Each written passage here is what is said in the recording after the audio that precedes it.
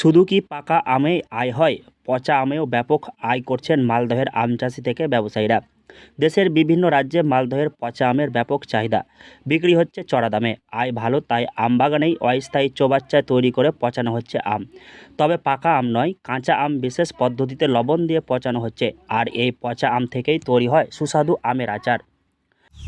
দেখো, আমগুলোকে আমরা এখানে পচাচ্ছি না, মানে ভালো আমকে নিয়ে আমরা মানে লেবার দিয়ে কাটিয়ে লবণ দিয়ে ড্রামে বা গর্ততে ফেলে রেখে লবণ দিয়ে ভালো করে আমটাকে শক্ত করে মানে আমগুলোকে তার মধ্যে আচারে এবং কেরি করে এবং বাইরে এবং রপ্তানি করে। এই আমগুলো দিয়ে মানে আমাদের মালদা জেলার আম, এই আমগুলো দিয়ে আচার তৈরি করা হয়।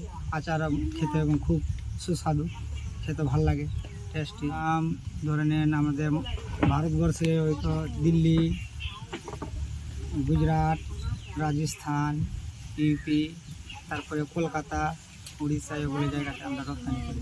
আর এই পচা আম বিক্রি করে মাসে আয় লক্ষাধিক টাকা। আমের মরশুমে মালদহ জেলার বাগানগুলিতে একদিকে যেমন পাকা আমের গদি বসেছে, অপরদিকে আম পচানোর জন্য অস্থায়ী চৌবাচ্চা তৈরি হয়েছে বাগানের মধ্যে। মূলত আশিনা প্রজাতির আমের আচার ভালো হয়, কারণ এই প্রজাতির আম টক, তাই এখন বাগানে এই আম কাঁচা অবস্থাতেই আচারের জন্য পেরে নেওয়া হচ্ছে। এছাড়াও ঝরে পড়ে যাওয়া কাঁচা আম কেটে পচানো হয়। প্রথমে আমকে ছোট ছোট করে কাটা হয়, তারপর সেগুলি চৌবাচ্চার মধ্যে লবণ দিয়ে রেখে দেওয়া হয়। 7 থেকে 20 দিন চৌবাচ্চার মধ্যে লবণের সঙ্গে আম রেখে দিলেই সেগুলি পচে যাচ্ছে, আর ওই পচা আম বস্তা ভর্তি করে ভিন রাজ্যে রপ্তানি করা হচ্ছে। হ্যাঁ, মালদা জেলায় বিভিন্ন প্রজাতির আম যেহেতু চাষ হয়, অনেক সময় দেখা যায় যে কালবৈশাখী ঝড়ে অনেক আম ঝরে যায়।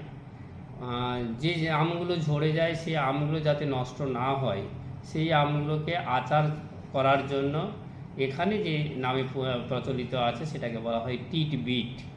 অর্থাৎ ওই ঝরে যাওয়া আম, সেগুলোর ছালটাকে খসিয়ে নিয়ে মানে তুলে নিয়ে তার যে ভেতরের শ্বাস অংশটা এবং যদি বীজ হয়ে থাকে বা আটির মতো হয়ে থাকে সেটাকে বের করে দিয়ে ছোট ছোট পিস করে কেটে রাখা হয় এবং একটা চৌবাচ্চার মতো তৈরি করে সেখানে লবণ মাখিয়ে ওটাকে রাখা হয়।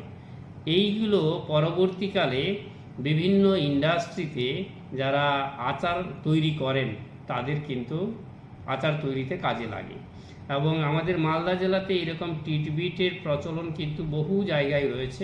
প্রতি সপ্তাহে মালদহ জেলার বিভিন্ন আম বাগান থেকে কয়েক মেট্রিক টন পচা আম ভিন রাজ্যে পাঠানো হচ্ছে।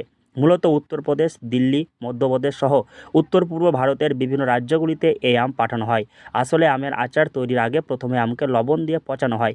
এই নিয়মেই বিভিন্ন রকমের আচার তৈরি করে থাকে কোম্পানিগুলি। মালদহ থেকে মূলত কাঁচা মাল বিভিন্ন রাজ্যে পাড়ি দেয়, কারণ এই জেলাতেই দেশের সবচেয়ে বেশি আমের ফলন হয়। এখানকার বিক্রেতারা আম বাগানের মধ্যে অস্থায়ী চৌবাচ্চা করে আমকে পচিয়ে তারপর সেগুলি পাঠান। এতে আচার কোম্পানিগুলির অনেক সুবিধা হয় দ্রুত আচার তৈরি করতে। 600 টাকা থেকে 1000 টাকা কুইন্টাল দরে বিক্রি হচ্ছে পচা আম। মালদহ থেকে হরষিত সিংহ, লোকাল 18 বাংলা।